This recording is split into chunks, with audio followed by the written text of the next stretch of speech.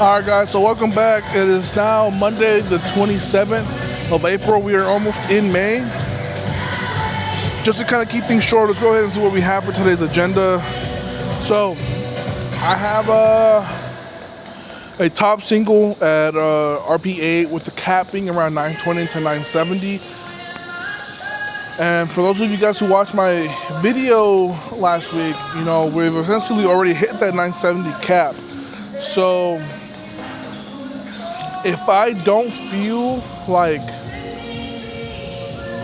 if I feel anything less than what I know I need to be at to comfortably hit 1,000, I think we could just do a 5 kilo jump, 10 kilo jump, you know, because it's like yes, being conditioned to hit these loads is important, but it's only important within the range, right? And I'm not saying necessarily the range that Joey's given me. I'm saying the range of like competition, like normal competition weight, right? So we're kind of already there. We're already within that 95%. So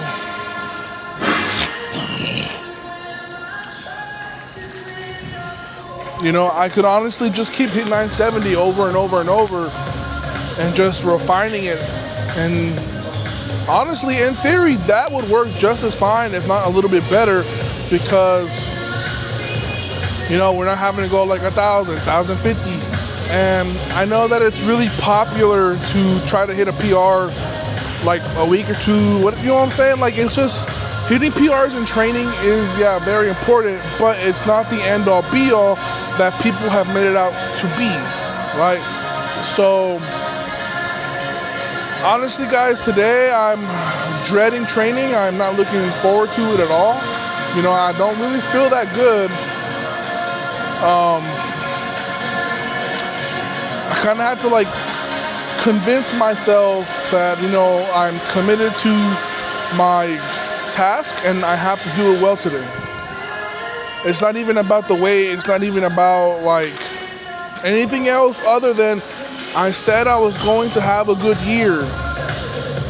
Like, does that make sense? Like, I'm not excited about training. I'm not really excited about competing. I'm not really excited about anything in terms of like what I'm doing. And I wouldn't even really call it burnout because I'm not burnt out from training. I'm not burnt out from like my craft. It's just the allure, the shiny bask that glory offers in terms of powerlifting and, you know, like being the world's strongest and, you know, all this mumbo jumbo. It's not really speaking to me right now. Like, it honestly feels like accomplishing my goals are meaningless because I am of the understanding that my goals offer more rewards to the people who sponsor me than it does myself. Because, like, honestly, like, being strong, it doesn't really make that much money. Like, yeah, you can provide, but, you know, once you're done competing, like, what do you do after that? Like, what do you get from the years of breaking your body and pushing the records and, you know, like being in the center stage of attention, all the negative criticism? Like, what do you get from that, you know? And, you know, honestly, the answer is not much. Not much. And I mean, yeah, like, people are going to argue because it depends on, like, what the individual values. Because even for myself, I don't hold in the same position the things I used to value the same way over time. I don't. Like, yeah, 3 years ago, glory and honor, hell yeah, that is everything that was like why I did what I did. For the honor and glory to be the world's strongest natural. But it's like now, like, you know, I'm gonna be 28 this year in about 2 months. And it's like I have 2 kids, you know, like I lost my mom. I lost like one of my biggest supporters, you know, but it's like Yeah, I still have my siblings, you know, but it's like those guys don't have a choice but to love me, you know, like they're, you know, we were born into the do or die. I mean, we were born into the ride or die. So it's like, I'm really struggling, guys, having to just to find like that inner tism to put myself through that pain and discomfort to like continue getting better. Cause it's like, this stuff sucks, man. It sucks. Like, it's not pretty. It's not like bro, it's not worth it. Unless it's like worth it, you know. All right, that's enough blabbing. Let's get my mind right and let's go ahead and take this workout, guys. Oh, what do I have for back down? Okay, so sets of 5 again. I don't know, guys. Maybe 848 for 3 sets of 5.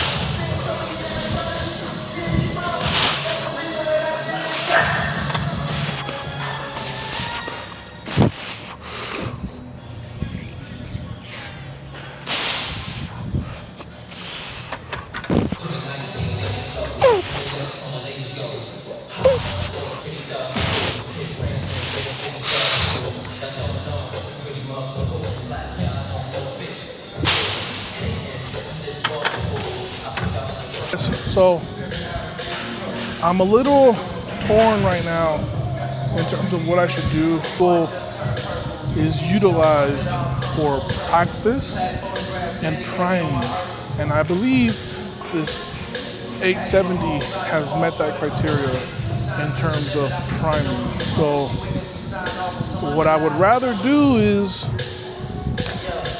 prioritize my 3x5. Drop to 385, hit that first set of 5, and then we'll see where that goes. A single, like hitting 1,000 right now, or 980, 992, 1,000, whatever, that's not gonna make me better. That's just gonna make my ego feel good. And it's just gonna be like stroking my own ego, which is irrelevant and has no real benefit other than potentially, you know, increasing my level of fatigue on top of potentially, you know, aggravating my low back a little more. So I think I'm just gonna drop down to 385, which I mean, just 10 kilos down. I mean, honestly, if I can do that for 5, I can do this for 5. But again, we're just doing what I did last week. I did 375, so just 10 kilos more than last week for sets of 5. So completely doable, and I think respectable. All right, let's go, guys. First set.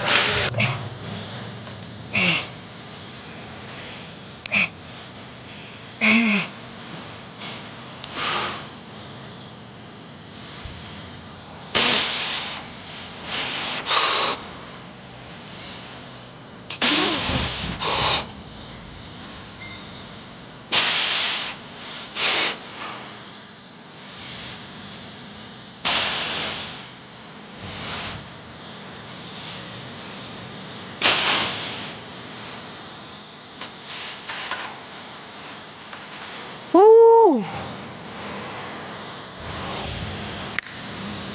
That shit was hard, bro. Yup. I'm fatigued. That was a good call, guys. That was hard set, bro. I felt like I had maybe 2 more max. Whew. I think this block's just catching up to me. Huh? The block's catching up. I think if I push 2 more sets, it would really hurt me. Because last week when I pushed myself, I had like a headache for 2 days. Blood pressure. Huh? Blood pressure. Oh yeah, bros. I pushed my body.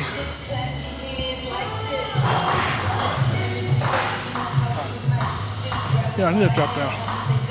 But I'm happy with that set.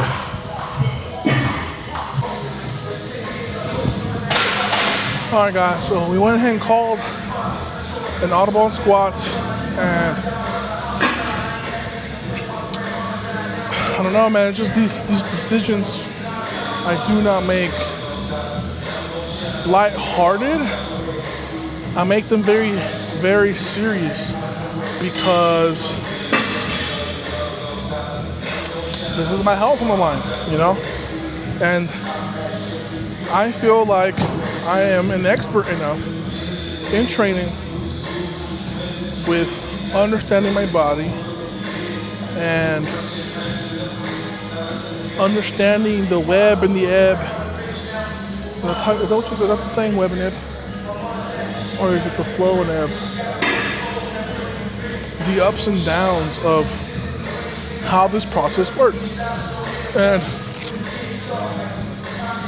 I was going hard with squats this month. Like, I don't think I've taken a single drop set this month. Like, honestly, I don't even remember what I hit on week 1. I remember I hit 815 for 3x5, no, 3x6. And then I did 826. And then I did 826 for 3x5, you know, and it's just like, that took a lot out of me. You know, that Monday, I had like a headache that night.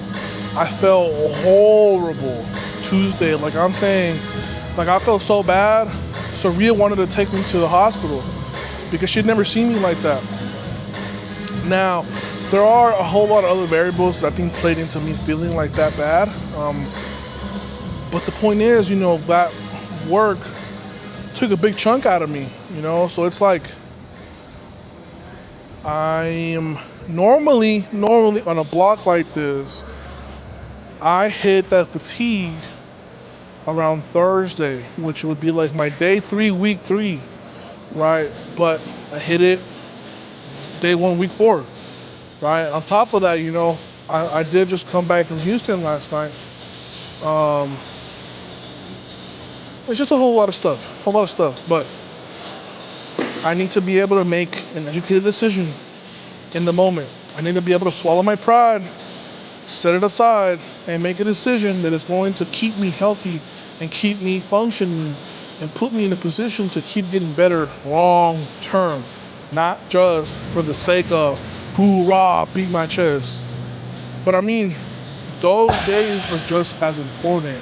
You just have to understand that some days, it should be few, you should have fewer days like this than the other days. Like almost 99% of your time training should be on like busting ass. And then that 1% where you have to tone it down, listen to your body. But actually, I don't even need wrist wraps for 2 plates. I'm gonna do 1 set with 2 plates, and then I'm gonna jump straight to 365 and do 2 sets of 6 at 365.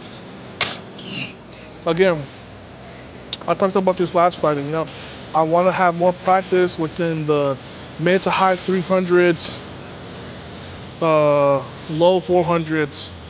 That way I can build even greater shoulder stability so I can, you know, achieve my goals that I want for incline. So.